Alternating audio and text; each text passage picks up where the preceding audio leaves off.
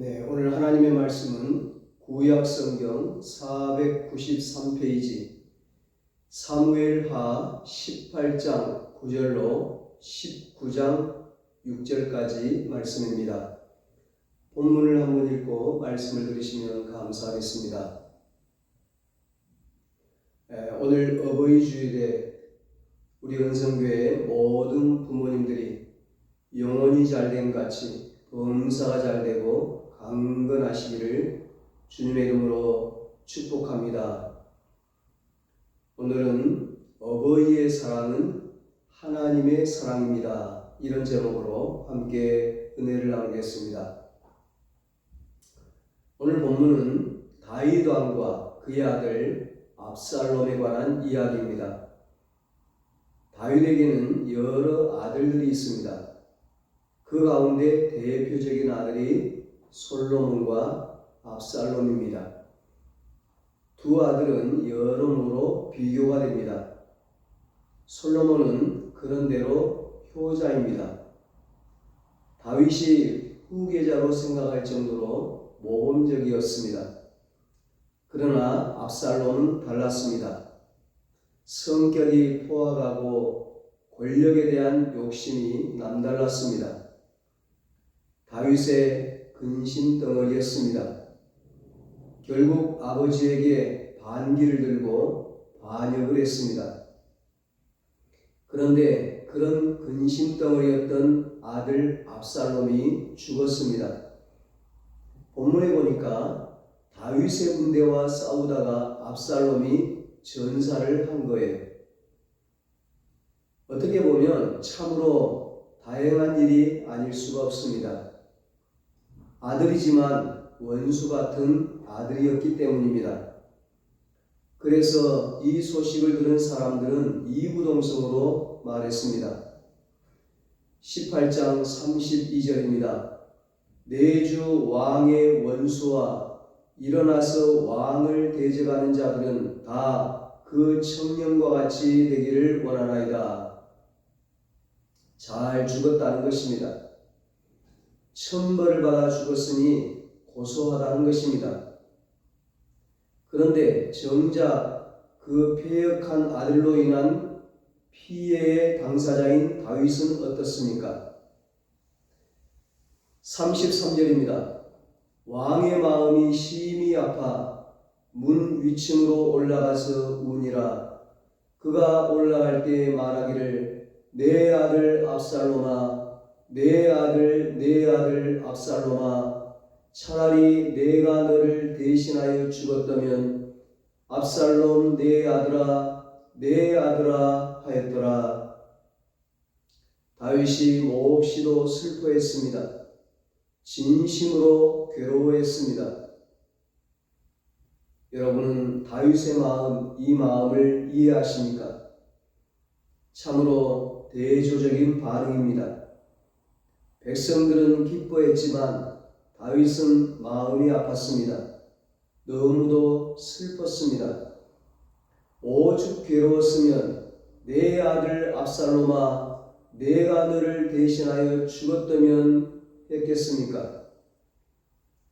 이스라엘 모든 백성들은 압살롬의 죽음을 반기고 기뻐했습니다. 아비를 배신한 불효자인 아들 압살롬, 그로 인해 나라가 시끄럽고 전쟁이 그치지 않았기 때문입니다. 그러나 다윗은 아닙니다. 세상 모든 사람들은 기뻐했지만 다윗은 기뻐할 수가 없었습니다. 왜 그렇습니까? 아버지이기 때문입니다. 여러분, 우리의 아버지는 효자나 불효자나 가리지 않고 사랑합니다. 효자만을 끔찍하게 여기는 것이 아닙니다. 언제나 자식 편입니다. 그가 어떤 행동을 했든 무슨 짓을 저질렀든 자식을 보호하려 합니다. 다윗이 그랬습니다. 이스라엘 백성들의 관심은 전쟁의 승리, 곧 이기는 데만 있었습니다. 그러나 다윗의 관심은 오직 압살롬의 안부에 있었습니다. 다치지는 않았는지, 부상을 당한 것은 아니지, 이런 데만 신경이 쓰였습니다. 다른 사람들은 우리의 능력과 재능, 그리고 출세 성공 여부에만 관심이 있습니다. 그러나 우리의 아버지는 우리의 건강과 안전을 더 염려합니다.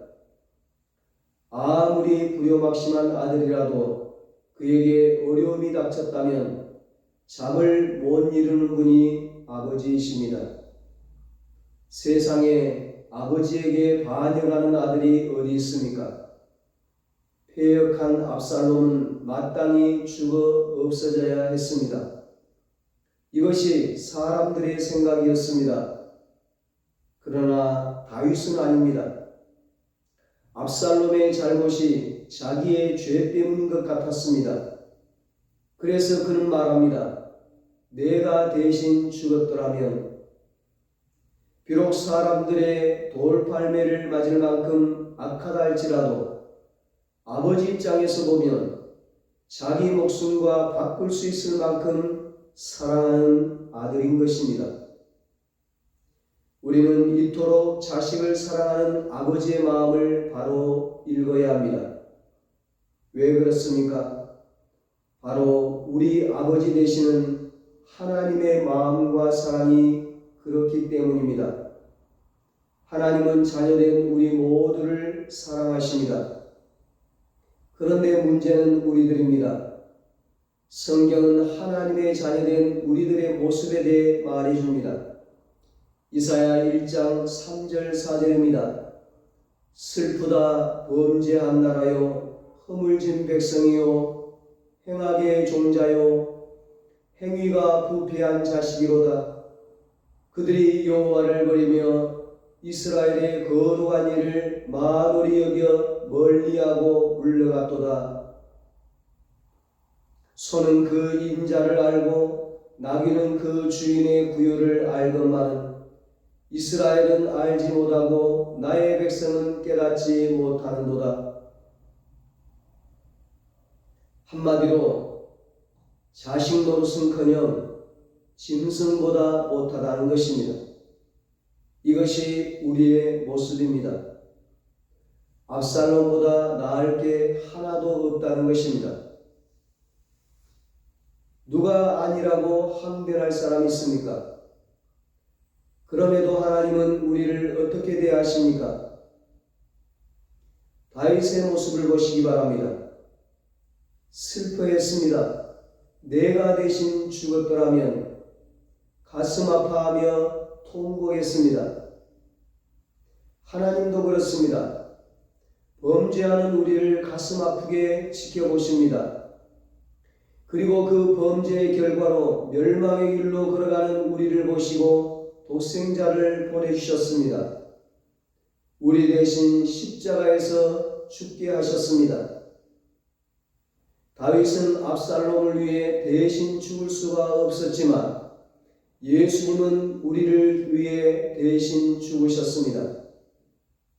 이것이 우리의 아버지 되시는 하나님의 사랑입니다. 은혜입니다. 이 하나님을 우리가 사랑해야 합니다. 마음을 다하고 성품을 다하고 목숨을 다하여 섬겨야 합니다. 하나님의 말씀에 순종해야 합니다. 우리를 위해 베푸신 사랑과 은혜가 너무도 크기 때문입니다. 어디 아버지의 사랑만 그렇습니까? 어머니의 희생적인 사랑은 또 어떻습니까? 김진호라는 아이가 있습니다. 지난번에 다니엘 기도에서 그 어머니가 간증을 했어요. 자폐증을 가진 수영 선수입니다. 이 상황을 처음에는 진호 엄마는 인정하기가 어려웠습니다. 왜 하필이면 우리 집에 이런 일이 일어나야 하는가 혼란스러웠습니다. 다른 사람들이 측은해하고 동정하는 것도 싫었습니다. 그래서 자기 아들의 병을 인정하고 그 치료를 받기까지도 꽤 오랜 시간이 걸렸습니다. 그러는 중에 전도를 받고 교회를 나가게 되었습니다. 기적만을 바라는 믿음으로 교회를 열심히 나갔지만 마음에 평안은 없었습니다. 도리어 왜 성경에는 그 많은 기적들이 나타나는데 우리에게는 하나님은 이리 무관심할까? 좌절도 되고 원망도 하고 그렇게 살았습니다. 그런 가운데 이 아들이 자신에게 지울 수 없는 상처를 준 이 아들이 세상에서 제일로 무거운 짐을 안겨준 이 아들이 바로 하나님의 아들이라는 사실을 깨닫게 되었습니다. 기도하는 중에 하나님의 음성을 들은 것입니다. 사랑하는 딸아, 지금의 내 아들은 내 사랑하는 자녀이란다. 그럼에도 나는 너에게 선물로 주었단다. 이 아들로 인해 너를 향한 나의 사랑을 깨닫게 되기를 원한다. 그는 내 아들이다. 그를 향한 나의 계획이 있다는 것을 알거라. 주님의 이 음성을 들은 진호 엄마는 밤새 통곡을 했습니다. 지금까지는 자기의 아들인 줄로만 알았는데 이 연약한 아들이 하나님의 아들임을 인정하자 그동안의 모든 고통과 눈물이 다 사라졌습니다. 하나님, 어찌해서 우리에게 이런 엄청난 시련을 주십니까? 발버둥 치면서 원망 불평했던 그에게 평안이 임했습니다. 그러면서 지난 일들이 기억이 났습니다. 진호 때문에 같이 죽을 계획을 세웠던 일, 정교학교에서 입학을 거절당했을 때 잊을 수 없었던 수치심, 그리고 시시때때로 사람을 당하게 하는 진호의 병치레, 이 모든 일들이 순식간에 사라졌습니다. 하나님은 진호보다 먼저 진호 엄마를 치료하신 것이었습니다. 진호가 자기 인생의 걸림돌로 여겨왔지만 이제는 축복의 통로임을 알게 되었습니다. 그래서 진호로 인해 어떠한 고통이 생긴다 할지라도 하나님께서 맡기신 하나님의 아들인 진호를 내 마음대로 화를 내고 소리 지르고 키우지 않을 자신이 생겼다고 했습니다.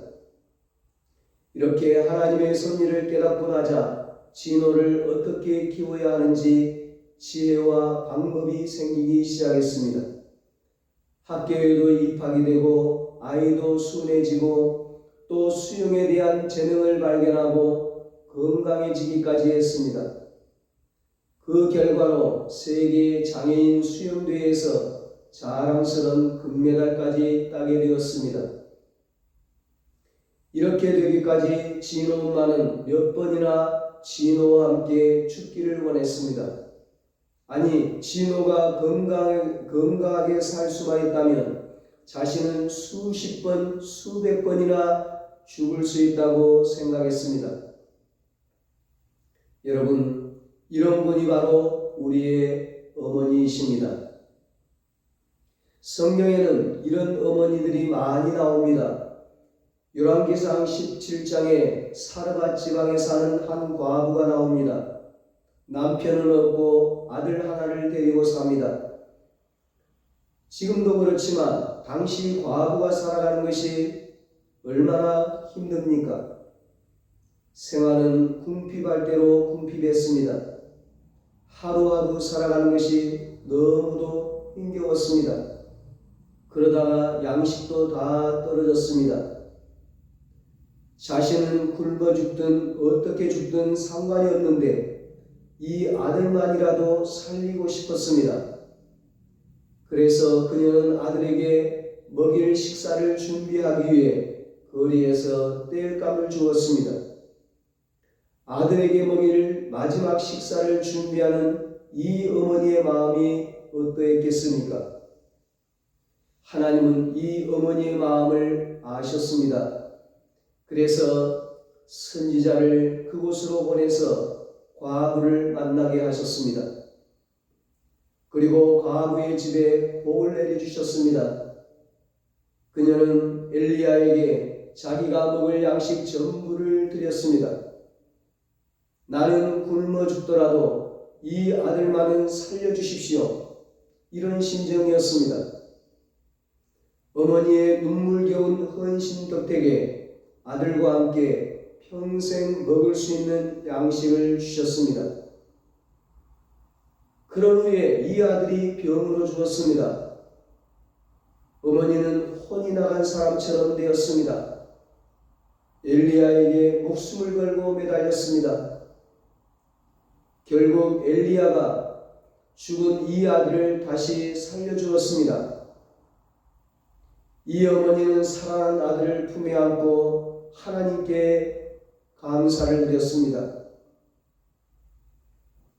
여러분, 자식들 걱정으로 단 하루도 발을 편히 뻗고 살지 못하는 분이 바로 우리들의 어머니이십니다. 마태복음 15장에 보면 한 가나안 여인이 나옵니다. 이 여인의 딸이 귀신이 들렸습니다. 고쳐주심을 바라고 주님께로 나와 간청했습니다. 그러자 예수님은 이스라엘의 잃어버린 양을 찾으러 오셨다는 말씀을 하시고 자녀의 떡을 취하여 개들에게 던짐이 마땅치 아니하니라 하셨습니다.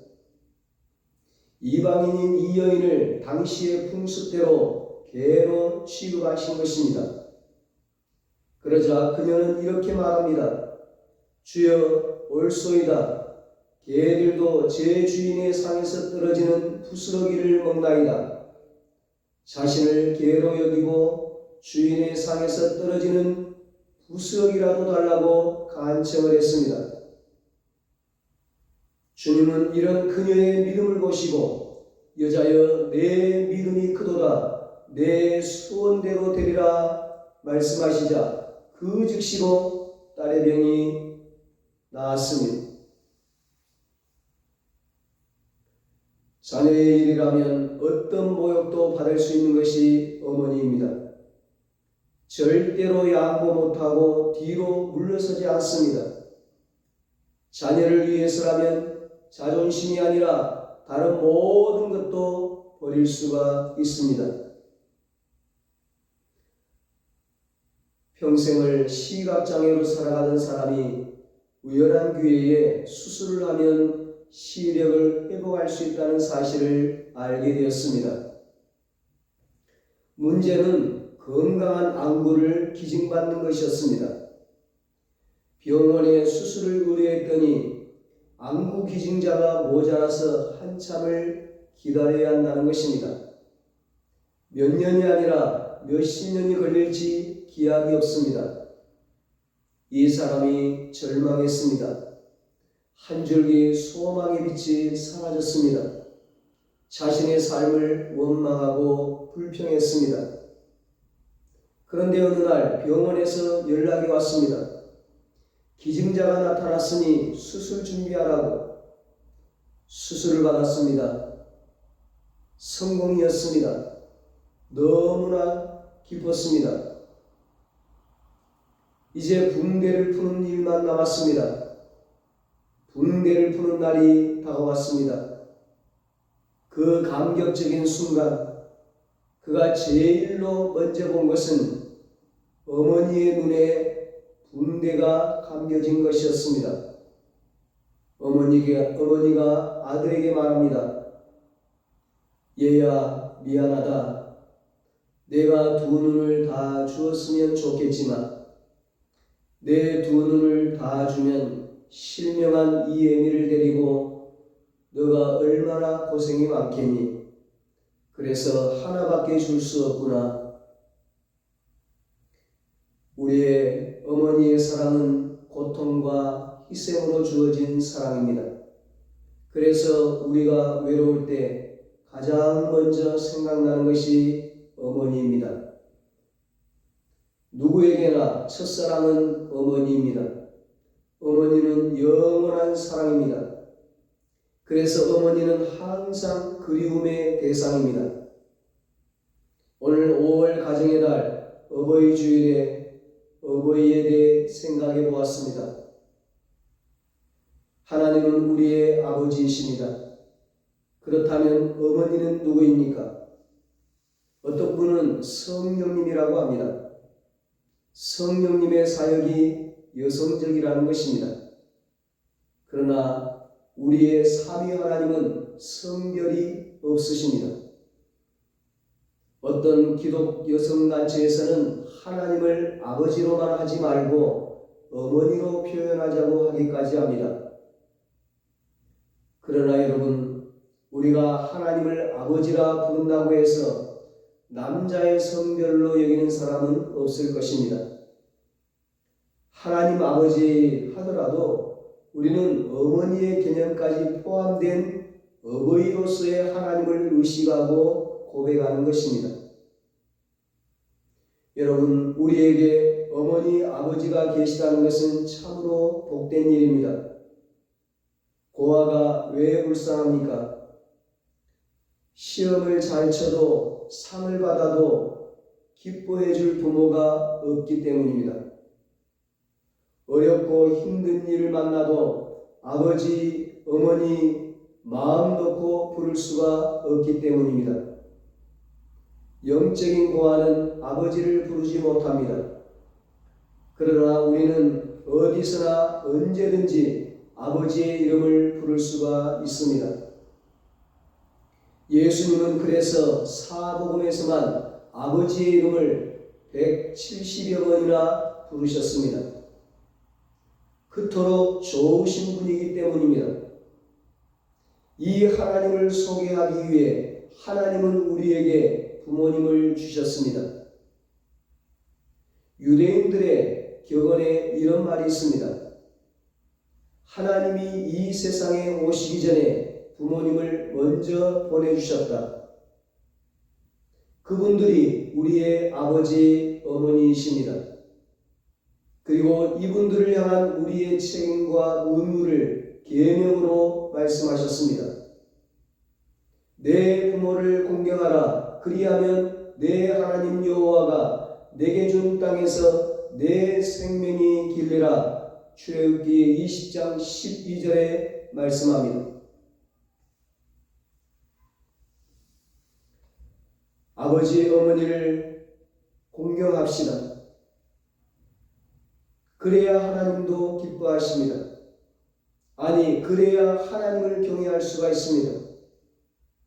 우리의 아버지와 어머니 또한 그 어떤 훌륭한 아버지, 어머니보다 못하지 않으십니다. 우리에게는 가장 훌륭한 아버지, 어머니입니다. 다윗처럼, 사르밧 과부처럼, 가나안 여인처럼 자녀를 위해서 진심으로 뜨거운 눈물을 흘리시고 나는 굶어 죽는 한이 있더라도 먹이시고 병을 고쳐주기 위해서 온갖 모욕과 수모를 달리 받으시는 그런 분들이십니다. 이런 아버지, 어머니의 희생과 사랑으로 우리가 이 세상에 존재할 수 있음을 깨달아야 합니다. 그리고 더 나아가 우리의 영원한 어버이가 되시는 하나님을 늘 기억해야 합니다. 어버이의 사랑은 결국 하나님의 사랑을 깨닫게 하기 위한 축복의 통로입니다. 하나님은 하나님을 경외하고 부모님께 효도하는 자에게 축복을 약속하셨습니다. 조금 전에 출애굽기 20장 12절 십계명뿐만 아니라 신약 에베소서 6장 1절로 3절에서도 약속했습니다. 자녀들아, 주 안에서 너희 부모에게 순종하라. 이것이 옳으니라. 내 아버지와 어머니를 공경하라. 이것은 약속이 있는 첫 계명이니 이로써 내가 잘되고 땅에서 장수하리라. 아멘. 우리 모두 하나님 아버지를 경외하고 부모님께 효도해서 효도하는 자에게 약속하신 하나님의 축복을 누릴 수 있기를 예수님의 이름으로 축원합니다. 기도하겠습니다. 하나님 아버지, 우리에게 부모님을 주시고 부모님의 사랑을 통해 하나님의 사랑을 알게 하시니 감사합니다. 우리 은성교회 모든 가족들이 하나님 아버지를 경외하고 부모님께 효도해서 효도하는 자에게 약속하신 하나님의 축복을 누리게 하여 주시옵소서. 이제는 우리 주 예수 그리스도의 무한하신 은혜와 하나님 아버지의 사랑하심과 성령님의 위로하시고 교통하시고 영원토록 함께 하시는 은혜가 하나님을 경외하고 부모님께 효도해서 하나님께서 약속하신 축복을 누리기로 다짐하는 사랑하는 모든 성도들과 저들의 가정과 자녀들과 사업과 직장 위에 이 나라 이 민족 위에 이제로부터 영원토록 함께 있을지어다. 아멘.